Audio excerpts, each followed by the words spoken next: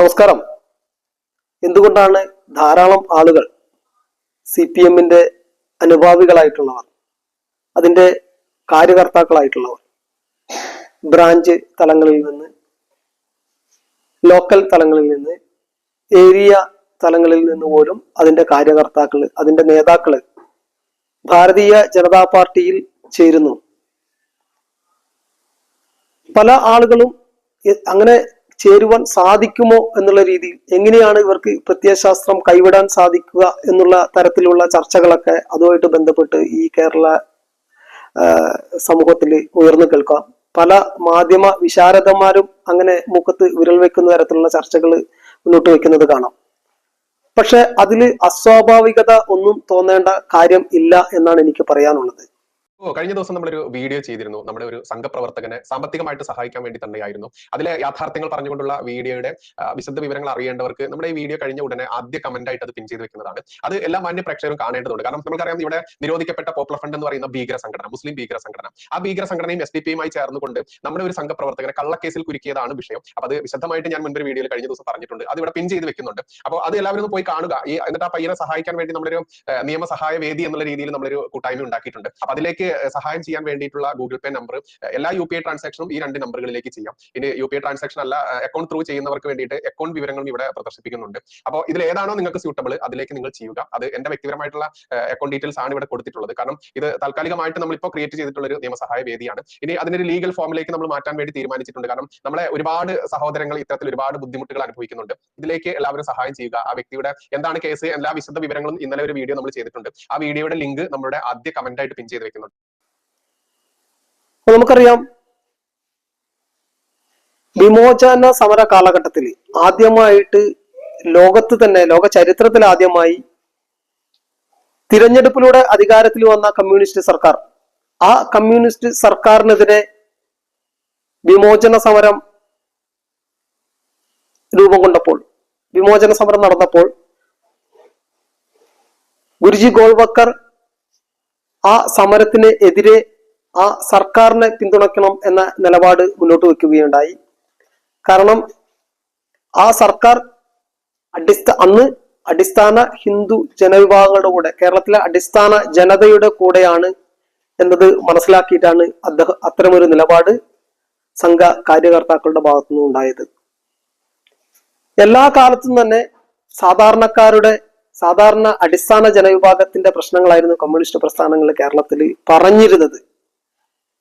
വാക്കൊന്നും പ്രവൃത്തി രണ്ടും എന്നുള്ള രീതിയിൽ പലപ്പോഴും അവർ കാര്യങ്ങൾ മുന്നോട്ട് നീക്കിയിട്ടുണ്ടെങ്കിലും എല്ലാ കാലഘട്ടത്തിലും അവര് ഉയർത്തിയിരുന്ന മുദ്രാവാക്യങ്ങൾ പാവപ്പെട്ടവന്റേതായിരുന്നു.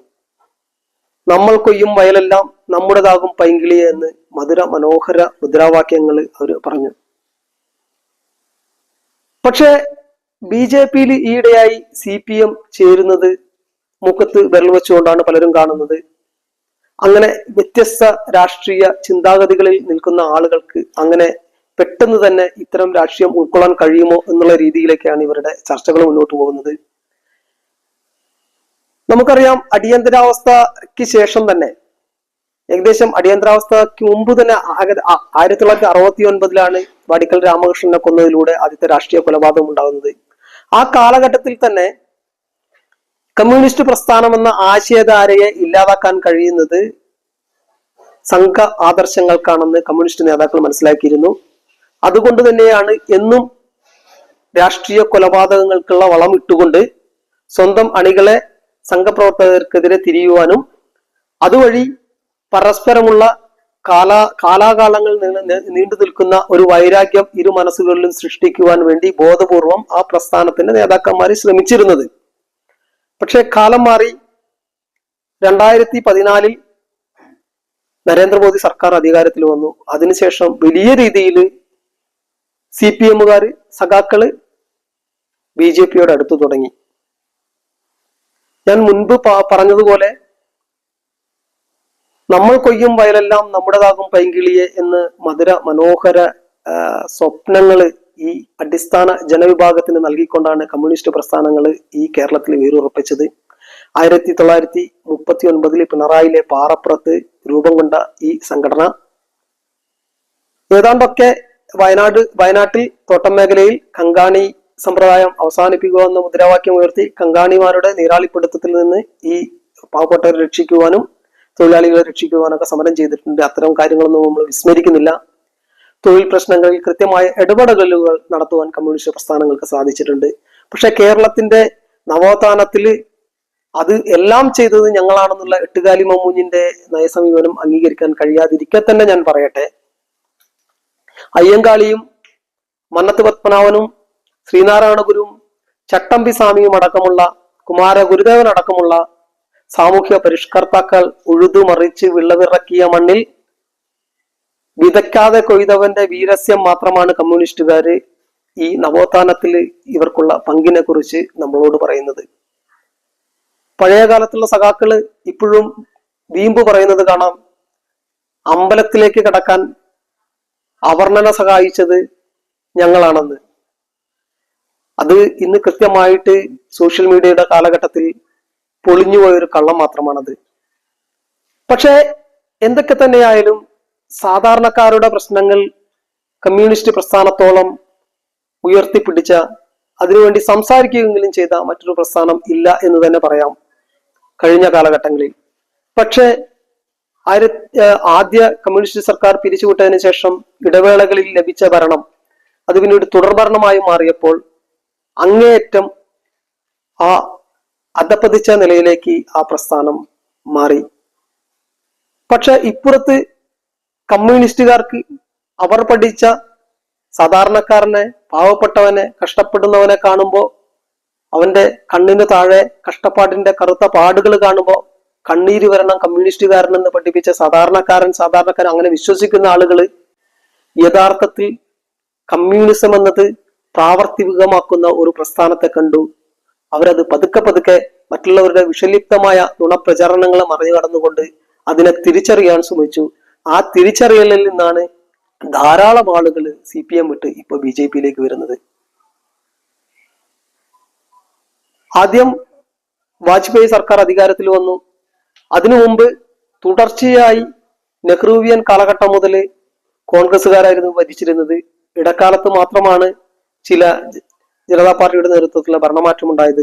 തുടർച്ചയായി ഭരിക്കുന്ന കാലഘട്ടത്തിൽ കമ്മ്യൂണിസ്റ്റുകാർ ഉയർത്തിയിരുന്ന സമൂഹത്തിലേക്ക് പടർത്തി വിട്ടുന്ന ചില കാര്യങ്ങൾ, ചില വാക്കുകളുണ്ട്. വെള്ളക്കാരൻ പോയി കൊള്ളക്കാരൻ വന്നു എന്നുള്ള തരത്തിലുള്ള കോൺഗ്രസ്സുകാരെ കുറിച്ച് അങ്ങനെയായിരുന്നു. അവർക്ക് രാജ്യ താല്പര്യങ്ങളിൽ എല്ലാ കാലത്തും മധുര മനോഹര മുദ്രാവാക്യങ്ങൾ അവർ മുഴക്കിയിരുന്നു. ഗരീബി ഹഠാവോ എന്നുള്ള എത്രയോ തലമുറ അത് പറഞ്ഞുകൊണ്ടേയിരുന്നു. ഒരിക്കലും ദാരിദ്ര്യം ഇല്ലാതാക്കാൻ അവർക്ക് കഴിഞ്ഞില്ല. ഗരീബി ഹഠാവോ എന്നുള്ള മുദ്രാവാക്യമൊക്കെ അവർ മുഴക്കിയെങ്കിലും കക്കുക, മുക്കുക, നക്കുക എന്നതിനപ്പുറം കോൺഗ്രസ്സുകാർക്ക് മറ്റൊന്നും ഉണ്ടായില്ല. ഈ രാജ്യത്തെ കാർന്നു നിന്ന പുഴുക്കളായി മാറി കോൺഗ്രസ്സുകാര്. വാജ്പേയി സർക്കാർ അധികാരത്തിൽ വരുന്ന ആ കാലഘട്ടത്തില് നമുക്കറിയാം, ഇന്ത്യയുടെ കരുതൽ സ്വർണശേഖരം ലോക ബാങ്കിന് പണയം വെച്ചിരിക്കുന്ന ഒരു നാണം കെട്ട അവസ്ഥയിലായിരുന്നു ഈ രാജ്യം. അദ്ദേഹം അഴിമതിക്ക് താൽക്കാലികമായി തടയിട്ടു. അതിനുശേഷം ആ കരുതൽ സ്വർണശേഖരം സാമ്പത്തിക അച്ചടക്കം പാലിക്കുന്നതിലൂടെ തിരിച്ചെടുക്കാൻ നമുക്ക് കഴിഞ്ഞു. അന്ത്യോദയ അന്നയോജന എന്ന പേരിൽ സാധാരണക്കാരുടെ വിശപ്പകറ്റാനുള്ള ഒരു പദ്ധതിക്ക് കൂടി അദ്ദേഹം തുടക്കം കുറിക്കുകയുണ്ടായി. ഒരു സദ്ഭരണം ഈ ഇന്ത്യയിൽ സാധ്യമാണെന്നുള്ളതിനുള്ള ഒരു തുടക്കമായിരുന്നു അത്. അതിനുശേഷം ഇടതുപക്ഷത്തിന്റെ സഹകരണത്തോടുകൂടി അത്രയും കാലം എന്തിനെയാണോ എതിർത്തിരുന്നത് നിർലജ്ജം അതിനെ പിന്തുണച്ചു കമ്മ്യൂണിസ്റ്റ് പാർട്ടികള്. അതിനെ പിന്തുണച്ചുകൊണ്ട് ഒന്നാം UPA സർക്കാർ ഉണ്ടായി. കോൺഗ്രസിനെ പിന്തുണച്ചുകൊണ്ട് ഒന്നാം UPA സർക്കാർ ഉണ്ടായി. ആ ഒന്നാം UPA സർക്കാരുമായി ബന്ധപ്പെട്ട് നവ ലിബറൽ നയങ്ങൾ ഞങ്ങൾ എതിർക്കുമെന്ന് പറഞ്ഞുകൊണ്ട് അവർ ആ പിന്തുണ പിൻവലിച്ചു. പക്ഷെ നമ്മൾ മനസ്സിലാക്കേണ്ടതുണ്ട്, അതിനുശേഷം കാലങ്ങൾക്ക് ശേഷം, ദശാബ്ദങ്ങൾക്ക് ശേഷം ഒരു സർക്കാർ, ഒരു പാർട്ടി ഒറ്റയ്ക്ക് ഭൂരിപക്ഷം നേടി അധികാരത്തിൽ വന്നു. നരേന്ദ്രമോദിയുടെ നേതൃത്വത്തിൽ 2014. രാഷ്ട്രീയ വിദ്യാർത്ഥികൾ പ്രത്യേകം ശ്രദ്ധിക്കേണ്ട ഒരു കാര്യം, കമ്മ്യൂണിസ്റ്റ് പ്രസ്ഥാനങ്ങളെന്നും സാധാരണക്കാരന്റെ, പാവപ്പെട്ടവന്റെ കാര്യങ്ങൾ പറഞ്ഞിരുന്നപ്പോൾ അത് പ്രാവർത്തികമാക്കുന്ന ഒരു നിലപാടാണ് അധികാരത്തിൽ വന്നതിന് ശേഷം നരേന്ദ്രമോദി ചെയ്തത്. ഒന്ന് പറയുകയും മറ്റൊന്ന് ചെയ്യുകയും ചെയ്യുന്ന ഇന്ത്യൻ കമ്മ്യൂണിസ്റ്റുകാരുടെ രീതിയിൽ നിന്നും ഹം ജോ കർത്തഹെ വോ കർത്തഹെ എന്നുള്ള രീതിയിൽ ഞങ്ങൾ പറയുന്നത് എന്ത് അത് ഞങ്ങൾ ചെയ്തിരിക്കുമെന്ന രീതിയിലുള്ള ഒരു മുദ്രാവാക്യവും പ്രവർത്തനവും വാക്കും പ്രവൃത്തിയും ഒരേ രീതിയിൽ കൊണ്ടുപോകുന്ന ഒരു സർക്കാരിന് അദ്ദേഹം നേതൃത്വം നൽകി. അദ്ദേഹം സാധാരണക്കാരനായിട്ടുള്ള ആളുകളുടെ പ്രശ്നങ്ങൾ പഠിച്ചുകൊണ്ട് അതിന് പരിഹാരം ഉണ്ടാക്കാൻ ശ്രമിച്ചു. ആദ്യമായി അദ്ദേഹം അധികാരത്തിൽ വന്നതിന് ശേഷം ഈ ഭാരതത്തോട് പറഞ്ഞത് സ്വച്ഛ് ഭാരത് അഭിയാൻ എന്നാണ്. എന്തായിരുന്നു സ്വച്ഛ് ഭാരത് അഭിയാൻ? നമ്മുടെ കണ്ണില്, നമ്മുടെ തെരുവുകളില്, നമ്മുടെ റെയിൽവേ പാളങ്ങളില് വെളിയിട വിസർജനം നടത്തുന്ന നമ്മുടെ സഹോദരിമാര്, നമ്മുടെ അമ്മമാര്, നമ്മുടെ കുഞ്ഞുങ്ങള്, അങ്ങനെ ഭാരതത്തിന്റെ മക്കള് വെളിയിട വിസർജനം നടത്തുന്ന നാണം കെട്ട സങ്കടകരമായ കാഴ്ച നിരവധി ഉണ്ടായിരുന്നു കാലങ്ങളോളം. അദ്ദേഹം പ്രധാനമന്ത്രിയായി വന്നതിന് ശേഷം ആ സാധാരണക്കാരന്റെ പ്രശ്നങ്ങളെ കുറിച്ചാണ് അദ്ദേഹം ആദ്യം നമ്മളോട് പറഞ്ഞത്. നമ്മൾ മാറിയേ തീരൂ, സ്വച്ഛ് ഭാരത് അഭിയാൻ എന്ന് പറഞ്ഞു. അദ്ദേഹത്തെ ശത്രുക്കൾ, എതിരാളികള് കളിയാക്കി കക്കൂസ് മന്ത്രി എന്ന്. പക്ഷെ എത്രയോ സാധാരണക്കാരായിട്ടുള്ള സഹോദരിമാരുടെ വർഷങ്ങളായിട്ടുള്ള ഒരു അഭിലാഷമായിരുന്നു ഒന്ന് നമുക്ക് വിളിക്കിരിക്കേണ്ട സമയത്ത് പോലും ഒരു സ്വകാര്യത വേണമെന്നുള്ളത്. അദ്ദേഹം അത് അദ്ദേഹത്തിന്റെ തുടക്കം അങ്ങനെ സാധാരണക്കാരുടെ പ്രശ്നങ്ങളെ ഉൾക്കൊണ്ടുകൊണ്ടായിരുന്നു സ്വച്ഛ് ഭാരത് അഭിയാൻ. പിന്നീട് ലോകത്തെ ഈ ജീവിതത്തിന്റെ സമൂഹത്തിന്റെ മുഖ്യധാരയിൽ നിന്ന് അകറ്റി മാറ്റപ്പെട്ടിരുന്ന ഭാരതത്തിന്റെ കുഗ്രാമങ്ങളിലുള്ള ദരിദ്ര നാരായണന്മാർ, ബാങ്കുകളുടെ ഒരു അക്കൗണ്ട് എന്നുള്ളത് അവർക്ക് അപ്രാപ്യമായിരുന്ന ഒരു കാലഘട്ടം. എത്രയോ കാലം കോൺഗ്രസ്സുകാർ ഭരിച്ചു. ആ ദരിദ്ര നാരായണന്മാരെ അവരുടെ അവരുടെ ചിന്തകളിൽ പോലും ഈ ദരിദ്ര നാരായണന്മാരില്ലായിരുന്നു. ഗാന്ധിജിയുടെ പേര് മാത്രം മതിയായിരുന്നു. നെഹ്റുവിന്റെ പേരിന് പകരം ഗാന്ധിജിയുടെ പേര് എഴുതി ചേർത്ത് ഗാന്ധി കുടുംബം എന്ന ലേബലിൽ അധികാരത്തിലേക്ക് തുടർച്ചയായി അവർ എത്തിയെങ്കിലും ഗാന്ധിയുടെ പേര് മാത്രം മതിയായിരുന്നു. ഗാന്ധിയുടെ ചിന്തകൾ അവർക്ക് ആവശ്യമില്ലായിരുന്നു. ഗാന്ധിയുടെ സ്വപ്നങ്ങൾ അവർ വിസ്മരിച്ചു. പക്ഷേ ഗാന്ധിയുടെ സ്വപ്നങ്ങള്, സർവോദയ എന്നുള്ള ഗാന്ധിയുടെ സ്വപ്നങ്ങള് അന്ത്യോദയ എന്നുള്ള ഒരു സങ്കല്പത്തിലൂടെ, ഒരു പ്രവർത്തനത്തിലൂടെ പ്രാവർത്തികമാക്കി നരേന്ദ്രമോദി സർക്കാർ. 2018 ഇന്ത്യയിലെ ബാക്കി വരുന്ന ഇത്തരം ബാങ്കിങ് സേവനങ്ങൾ അപ്രാപ്യമായിരുന്ന 40% കൂടി ആളുകൾക്കും അത് ലഭിക്കണമെന്നുള്ള ഒരു ചിന്തയോടുകൂടി 2014 തുടങ്ങിയ ഒരു പദ്ധതിയാണ് ജൻധൻ അക്കൗണ്ട്. അതിലൂടെ 75 ദശലക്ഷം ആളുകൾക്കാണ് ബാങ്കിങ് സേവനങ്ങൾ ലഭിച്ചത്. പാവപ്പെട്ടവനെ ജീവിതത്തിന്റെ മുഖ്യധാരയിലേക്ക് പിടിച്ചു കടത്തുന്ന ഒരു സംഭവമായിരുന്നു. അതുപോലെ തന്നെ നമുക്കറിയാം, ഒരു രോഗം വന്നാൽ ഭാരതീയൻ ഒന്നുകിൽ ആത്മഹത്യ ചെയ്യുക, അല്ലെങ്കിൽ അവന്റെ അവസാന സമ്പാദ്യവും കൊടുക്കുകയും പൊട്ടിച്ച് അവന്റെ അവസാന സമ്പാദ്യവും വിറ്റുപെറുക്കി ചികിത്സിക്കേണ്ട ഒരു ഗതികെട്ട അവസ്ഥയിലുള്ള ഭാരതീയൻ, സാധാരണക്കാരൻ. അത്തരം ആളുകൾക്ക് മുമ്പിൽ ഒരു മാലാഖയെ പോലെ അദ്ദേഹം നമ്മളോട് പറഞ്ഞു ആയുഷ്മാൻ ഭാരത് എന്ന്. അത്തരമൊരു 5 ലക്ഷം രൂപ സൗജന്യ ഇൻഷുറൻസ് പരിരക്ഷ ലഭിക്കുന്ന ഒരു ചികിത്സാ പദ്ധതി അദ്ദേഹം നമുക്ക് തന്നു. അങ്ങനെ സാധാരണക്കാരായിട്ടുള്ള ആളുകളുടെ സ്വപ്നങ്ങൾക്ക് അദ്ദേഹം ചിറക് വെപ്പിച്ചു. ഒരുപാട് പദ്ധതികൾ നരേന്ദ്രമോദി സർക്കാർ, ഒരുപാട് പദ്ധതികൾ. അതുപോലെ തന്നെ വിറക് വെച്ച് ഊതി കരിപുരണ്ട ജീവിതങ്ങൾക്ക് സൗജന്യ ഗ്യാസ് പദ്ധതി.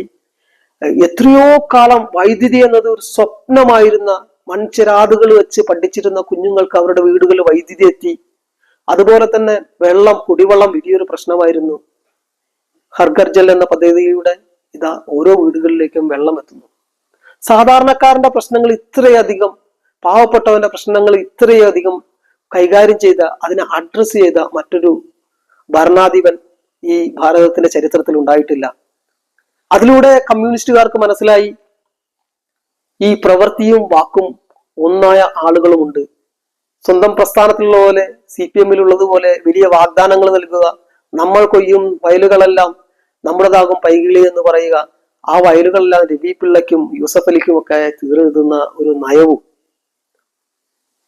ബംഗാളിൽ കണ്ടില്ലേ സലീം ഗ്രൂപ്പിനൊക്കെ കൃഷിഭൂമികൾ പിടിച്ചെടുത്തുകൊണ്ട് കൊടുത്തത്.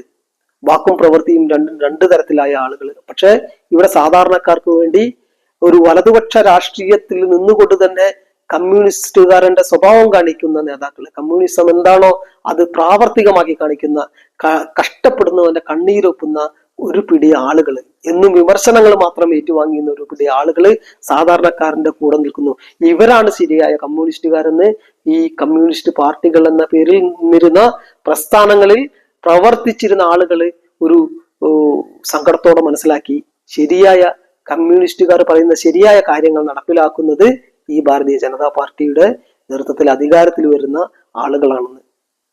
അതുകൊണ്ട് തന്നെയാണ് ഈ അടുത്ത കാലഘട്ടത്തിലായി നിരവധി കമ്മ്യൂണിസ്റ്റ് പ്രസ്ഥാനത്തിൽപ്പെട്ട ആളുകൾ മറ്റ് കോൺഗ്രസിലേക്ക് പോകാതെ, മുസ്ലിം ലീഗിലേക്ക് പോകാതെ, മറ്റ് നിരവധി സംഘടനകളിലേക്ക് പോകാതെ അവർക്ക് ആ പ്രസ്ഥാനത്തിൽ നിൽക്കാൻ പറ്റില്ല എന്നുള്ള ഒരു സാഹചര്യം വരുമ്പോൾ അവർ ഭാരതീയ ജനതാ പാർട്ടിയുടെ പാത തിരഞ്ഞെടുക്കുന്നത് അവർക്ക് ഏറ്റവും അധികം ചേർന്ന് നിൽക്കാൻ കഴിയുന്ന ഒരു സംഘടന എന്നുള്ള നിലയ്ക്ക് തന്നെയാണ്. അപ്പോ അതിനെ എങ്ങനെ ഇവർക്ക് പോകുവാൻ കഴിയും, എങ്ങനെ ഈ കമ്മ്യൂണിസ്റ്റ് പ്രസ്ഥാനങ്ങൾ വിട്ടുകൊണ്ട് ഇവർക്ക് എങ്ങനെ ഇതിലേക്ക് പോകുവാൻ കഴിയും എന്ന് പ്രചരിപ്പിക്കുന്ന ആളുകൾ മനസ്സിലാക്കേണ്ടതുണ്ട്. നിങ്ങളുടെ നുണപ്രചരണങ്ങൾ എല്ലാ കാലത്തും വിലപ്പോവില്ല. ആളുകൾക്ക് കൃത്യമായ ചിന്തിക്കാനുള്ള ശേഷിയുണ്ട്. ഈ ദൃശ്യമാധ്യമങ്ങളില്ലാത്ത, സോഷ്യൽ മീഡിയ, സമൂഹ മാധ്യമങ്ങളില്ലാത്ത ഒരു കാലഘട്ടത്തിൽ ഈ ഗ്രാമങ്ങളിലും കവലകളിലും വന്നുകൊണ്ട് നേതാക്കന്മാർ പറഞ്ഞിരുന്ന കള്ളങ്ങൾ വിശ്വസിച്ചിരുന്ന ഒരു കാലഘട്ടം മാറി വിരൽ തുമ്പിലാണ് ഇന്ന് ലോകം വിവരവും വാർത്താവിനിമയ സൗകര്യങ്ങൾ അത്രത്തോളം മുന്നോട്ട് പോയിരിക്കുന്നു.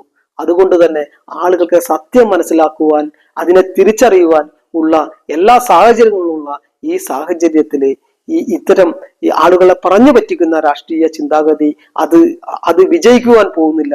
ആളുകൾക്കൊപ്പം, സാധാരണക്കാർക്കൊപ്പം നിൽക്കുന്ന രാഷ്ട്രീയ പ്രസ്ഥാനങ്ങളാണ് മുന്നോട്ട് പോവുക. അതുകൊണ്ട് തന്നെയാണ് ഈ CPM നിന്ന് നിരവധി ആളുകൾ ആ പ്രസ്ഥാനം വിട്ടുകൊണ്ട് BJP-യിലേക്ക് പോകുന്നത്. അതിലൊരു തരിമ്പും അത്ഭുതപ്പെടാനില്ല എന്ന് മാത്രം പറഞ്ഞുകൊണ്ട് നിർത്തുന്നു. നമസ്കാരം. വന്ദേ മാതരം.